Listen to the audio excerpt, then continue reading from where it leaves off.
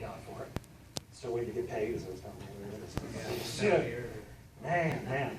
All right, so we're going to start right now, this second half of the morning, to start now giving you the formula to this foundation of you knowing how to put a movie together. You're the author. Your character. One thing you have to know about the movies is the character must change. Character must change. From the start of your movie to the end of the movie, the character must be different in some way. Must be different in some way.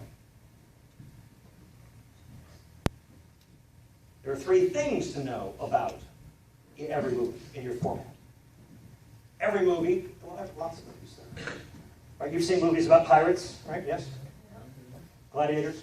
Yeah. Do you see these Transformers? Yeah. Roller coasters? All right. The teen films, right? These are teachable. Right? Final Destination series, the teens love these films.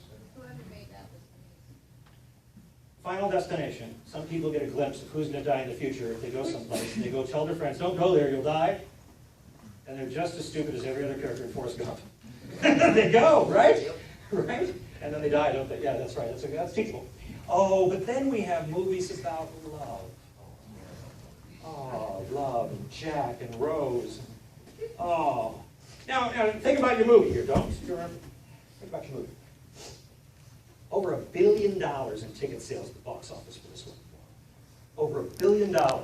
Is there anyone in the room that didn't know the history or that this boat wasn't going to make it before they went?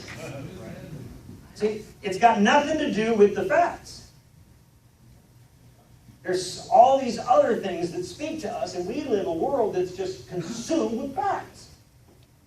So one of the things I want you to get over today is your reliance on facts. In fact, if I'm going to ask you, what is the difference between a fact and the truth? Or who can give me a definition of a fact? Something that can be proven. Something that's true, right? Something can be proven. Okay? And those are pretty good definitions. I'll tell you when I changed my mind on this. I was at a client's home. About 15 years ago. And I couldn't help but notice his Newsweek magazine. And Newsweek, if you've ever seen a Newsweek, they're like black and red with some white and a photo in the center. And in this particular issue was a photo of a woman's abdomen, like she was a aerobics instructor, healthy, fit. And then it had this headline. New facts on fat. Wait a minute, new facts on fat? Do you mean you're trying to tell me that the old facts weren't true?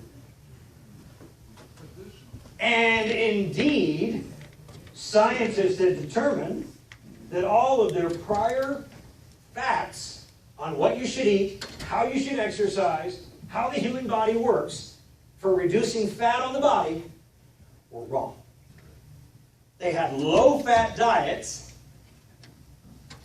and the scientists apparently had no real-life experience. Because you could be Forrest Gump on a ranch in the Midwest and have the right answer. Right? You'd see cows. You'd see steaks. They'd have fat on them. But you knew every cow is a vegetarian. There is no correlation between eating no fat and having fat.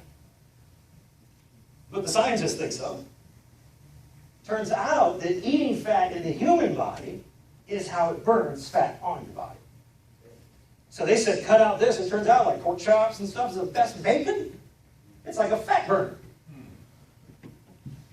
They saw me 5 years ago. Do I look too much heavier? Do I look fatter? How am I looking? Am I okay? 5 years ago versus now? Pretty husky still. Same imagery. I want to make sure that I'm practicing what I preach, because I read your card here. Right? Yeah. I read your card. This is the same card, though. It looks like the same card to a person. Example is not the main thing in influencing others. It's the only thing. I had a PE coach in junior high, Coach Coons. Coach Coons said, Tiger, if you want to be a champion, You can't keep slacking. You got to run faster and work out harder. True? I like what Lucille Ball says, the more you do, the more you can do. Or as my PE coach and high school coach Lear said, he said the human body is the only thing that gets better the more you use it, right? So the more you use yourself, right, the better you get, right? Right? Isn't that right? Right? Right? So it's true. Here was the kicker. Here was the kicker. Coach Coons coming to 7th grader Tiger Todd, half a brain, right? No frontal lobe, prefrontal cortex not developed yet. And he said, Tiger, the human body's the only thing that gets better the more you use it, or you get to run faster, work out harder. And Coach Coons was 420 pounds. And nobody, especially no 7th grader, right, wants Jabba the Hutt or Fat Bastard telling them, run faster, work out harder. And who saw Austin Powers? Anyone remember those? That get in my belly. Oh, run faster. Don't eat me. Here's the problem with most 7th graders today. When we see a conflict or a misalignment between what an expert tells us and what that expert does, we somehow want to not do what they say in order to get back at them. We want to, give them a lesson. I'll teach them. Here's the question. If I don't run faster and work out harder because he's not a good role model, who will it hurt? And so today, if you've gotten stuck anywhere around 7th grade, or even at 17, I highly recommend you do the exercise in spite of the bad role models. Because this is now about you. This is about your movie. It's about your movie's character. So the more we do, the more we can do. I saw this thing called New Facts on Fact. And at that moment, I realized that facts aren't true. They're only true like velocity. I was a math physics major in college. Right? Velocity is only true, only gives you an accurate number at a moment in time. How fast were you driving 2 months ago? It's easy. All right, so how fast were you driving? Well, you can't answer that, right? But if I say, how fast are you driving right now? Facts are exactly the same way. They are only true at that moment in time. Bill Clinton. Is Bill Clinton president? No. They still call him President Clinton. You see, there was a time at which that fact was true. Not anymore. So I started to challenge facts and started to look for truths. Okay, how about this? When my coach in high school, Coach Lear, told me the human body is the only thing that gets better the more you use it, can you see why I adopted that as a truth? I mean, if you do more push-ups, is there anyone here that doesn't work for? Well, I've had people come up to me and say, well, I appreciate your example, Tiger, but push-ups don't work for me. I'm from Minnesota. Right? You understand? Right? See how ridiculous that is? Right? So to me, I've separated facts from truth, and I use what William James says. William James was he started off in the medical department at Harvard in the late 1800s, moved to psychology, then headed their philosophy department. And about 1906, sometimes it takes people that think, how many of you guys think in multiple dimensions? A lot. Oh, you're afraid to say it. My arms are going, no. So he was one of these, and he said, truth is what works. So, you're reading today as authors of this next movie. I hope you now can see that you're going to test the facts to see if they're true. Set them aside if they were true back then for someone else. But I need you to be seeking out truths, things that always work regardless of who it is and when. Right? Like the more you do, the more you can do. Right? There were times in your lives where you were doing so much and you didn't have no idea how you get it all done. And yet these unseen forces, I believe, come to our aid to make that happen. When we try to retreat and we do less, we end up doing less, and then we end up being less, and then we end up getting behind. Then I go into myths. Most people, when I read the news media, remember news has already happened. So it's in the past, which means it's a fact. It means it's not true anymore. True. That's true.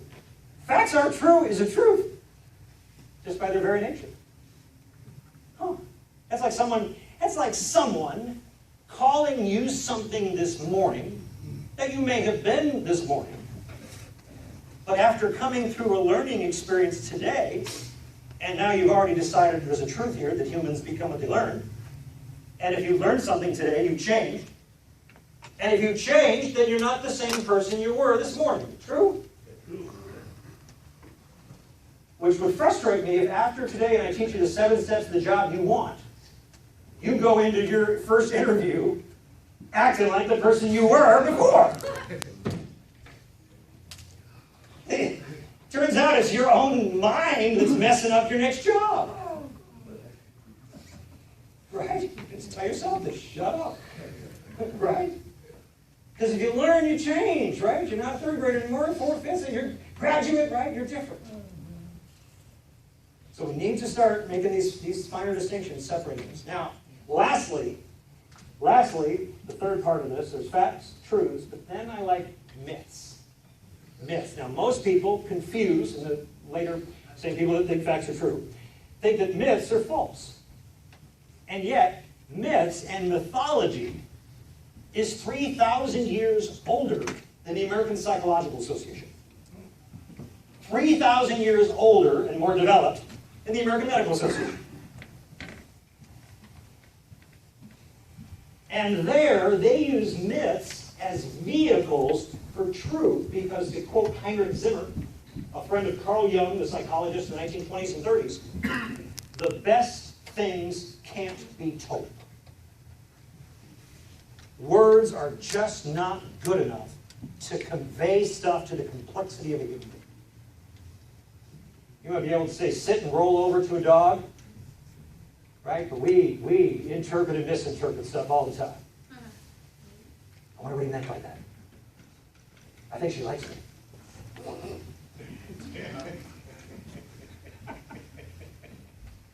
You want to chime in on that one? So myths are kind of like the ground beef that you put your dog's pill in. Exactly. Great metaphor for that. And if you wrote around that, that would be another myth, which is what today's movies are. But we had myths in the old days, like the myth of Orestes, from the Greek mythology, right? Orestes was this Greek youth, right? Around 17, right? Wish he'd done something different. Right? But he was the good kid, and then something tragic happens in his family. His mother has an affair with Agamemnon, and those two conspire to kill his dad. And now he's stuck. If you've ever been stuck between doing what's right and doing what's necessary. Damned if you do, damned if you don't. So what does he do? He says, as a Greek youth, he said, you've got to avenge the death of your father. Unfortunately, it'll also send you to hell for killing your mother, who did it, right?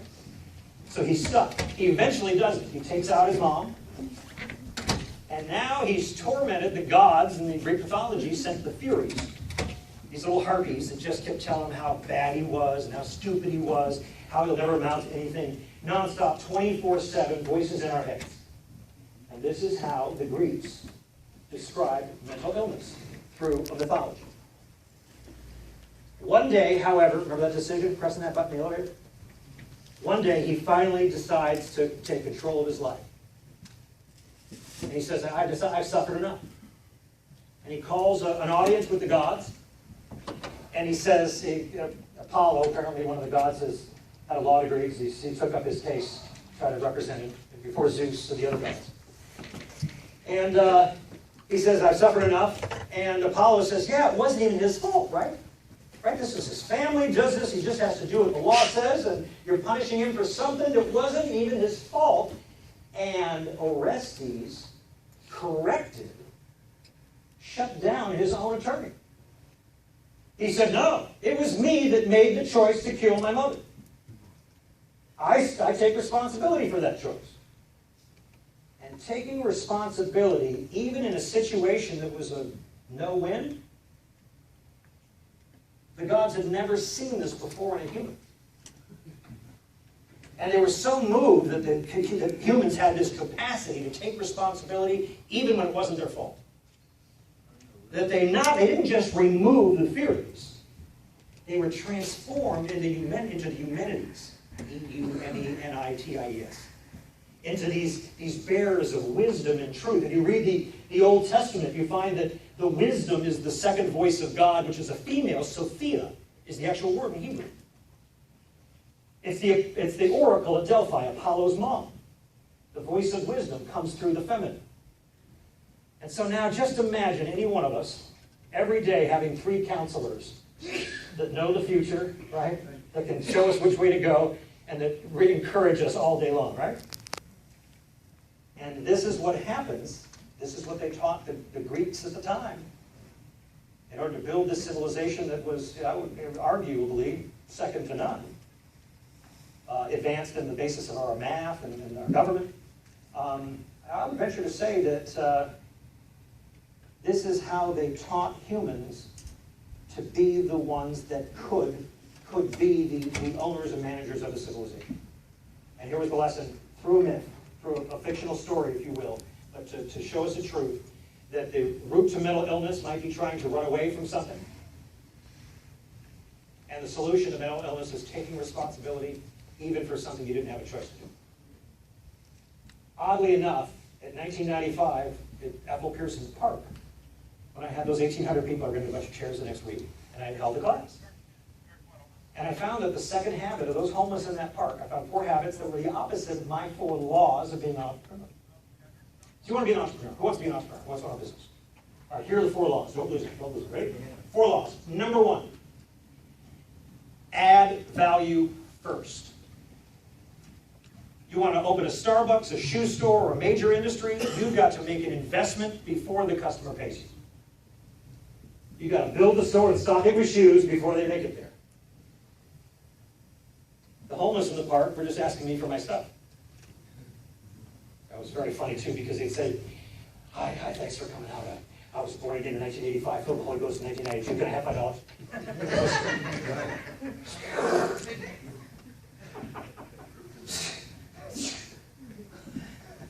I wanted to respond like Rocky Bullwinkle. That trick never works, right?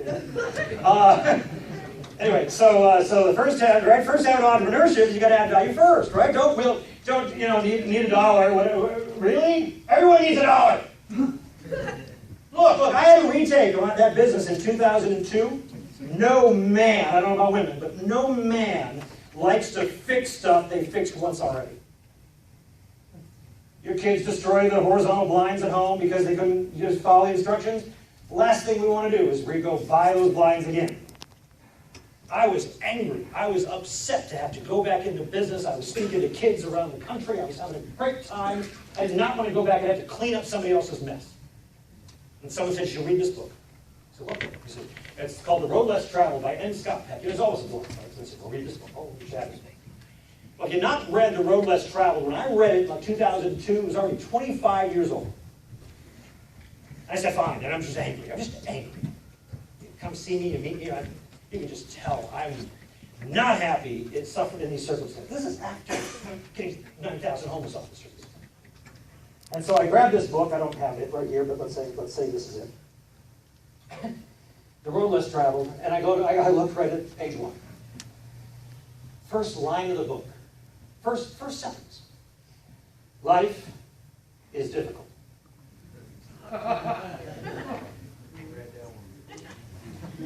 I remember taking out my pen and writing in the new second line of the book, no shit. And I felt better. I felt better. But Scott Peck makes the argument that not only is life difficult, right? Living is tougher than dying. Raising good kids is tougher than abandoning them, right? Resisting the urge to do what you can so that you can do what you must, difficult. Right? Living is tougher than dying. Life is difficult. But what's so amazing was once you accept that not only is life difficult, but it's supposed to be, for a reason, it ceases being so difficult. that much of what, and in this case in 2002, or much of what any of us suffer with, is not the difficulty of the life we're in. I mean, life is difficult for everybody. Everybody's going through something. You're going through something. Everyone goes through stuff.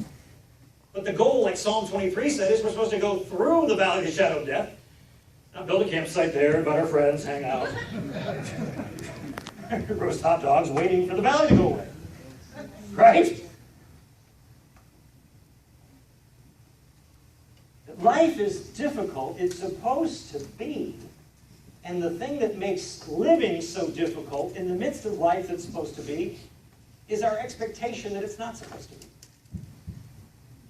If you've ever had a vehicle in a Las Vegas summer when the asphalt's 160 degrees and that tire separates and you get a blowout, and then you start talking to your car or your tire, right? And then your anger goes up because of some place you think you're supposed to be. What you're really revealing is that your expectation is somehow rubber on asphalt that's that hot should stay together. That's just silly. So we have these expectations that things are supposed to work out. No, we're supposed to work out. The gym is there. All the exercise equipment's there. I can tell you what to do, show you where to go, but I can't go to the gym for you and do your exercises and make you any stronger.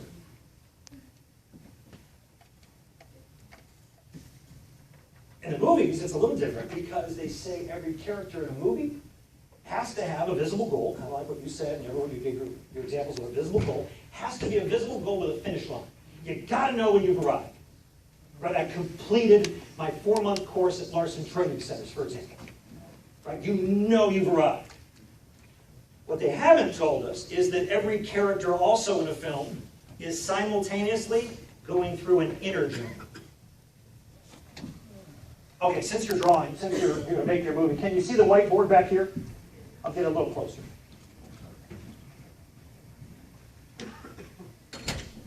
So let's show it this way. You are here, right? Just like at the mall, right? It's my star. It sucks. But, right, so you're going somewhere else, right? Here's your goal, right?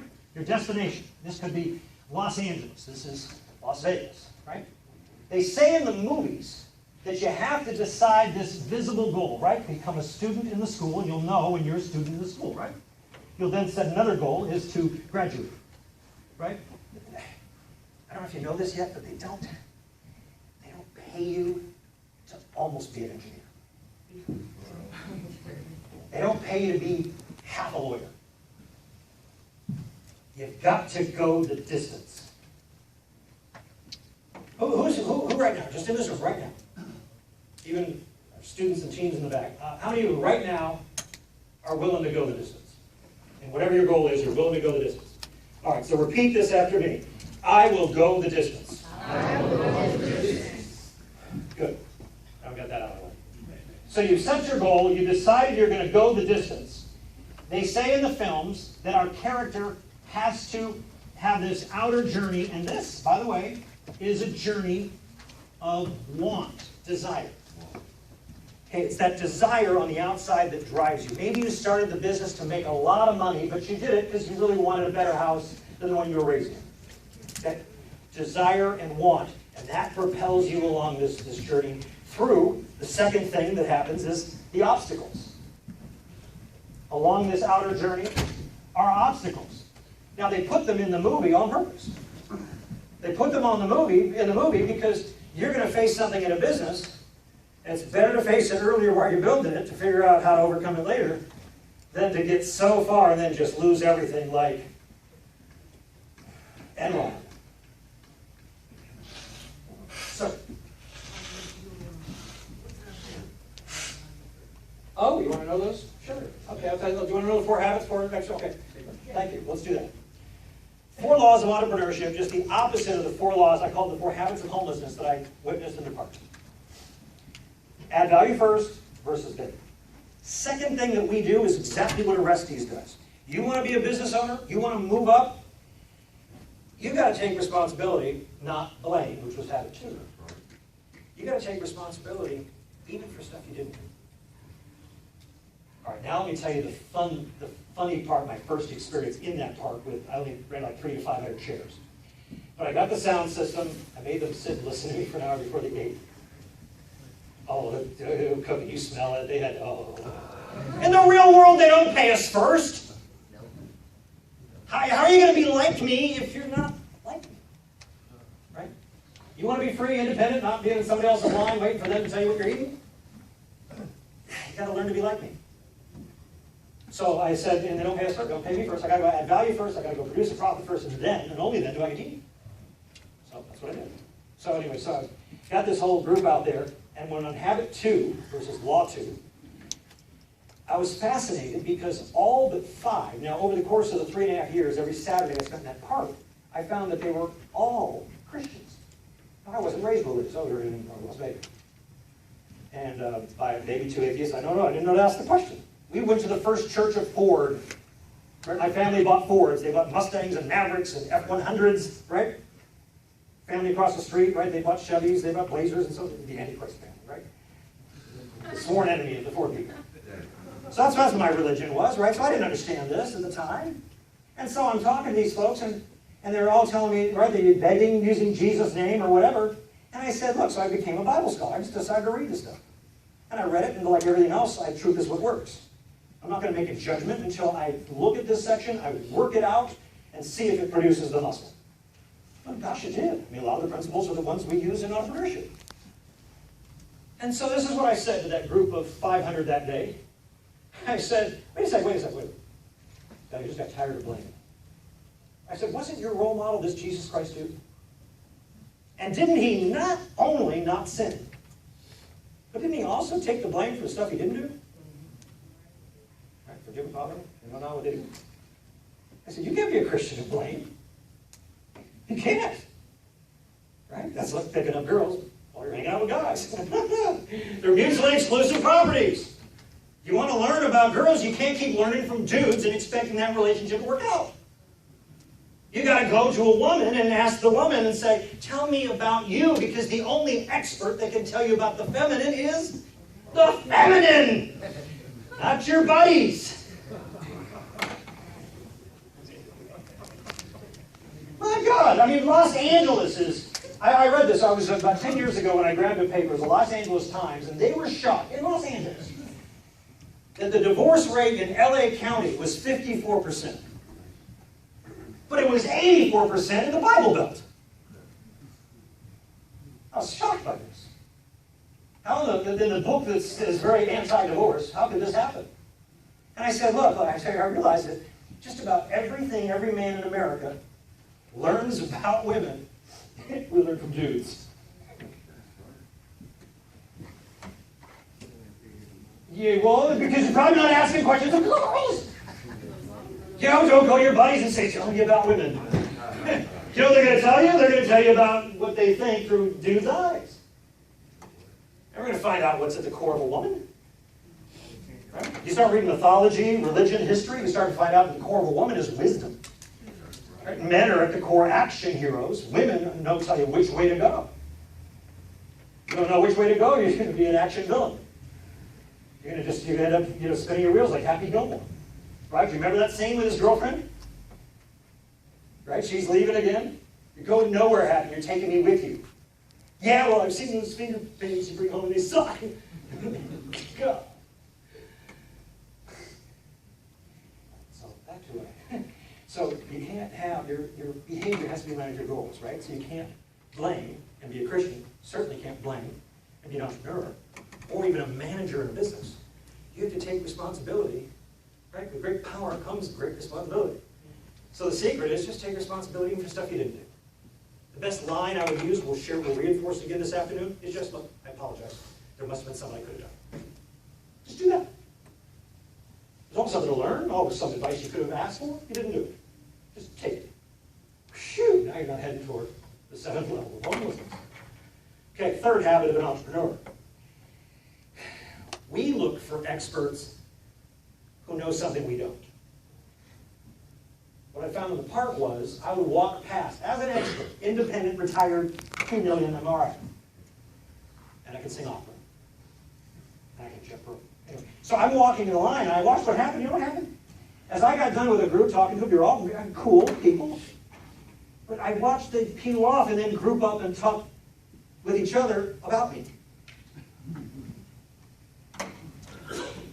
So my third law of entrepreneurship is we learn vertically. We find the expert in finance if we're not good with money. Right? We find the expert in marketing. We hire a marketing company. We go to the lawyer. We don't go to our mother, our brother, sister, friends, people we went to grade school with. Happy Gilmore, right in the first 15 minutes. He's coming home with Subway. Guy I went to high school, works there, gave me extra meatballs.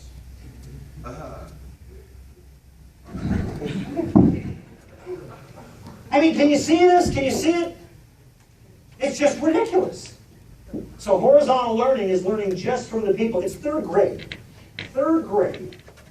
Teacher was in the front of the classroom, the only one who knew math, and you were supposed to learn from that one person. But your teacher spoke, and then there was those three guys in the back row. They turned and looked and talked to each other. Now in the afternoon, we'll talk about why that happened. Wasn't their fault.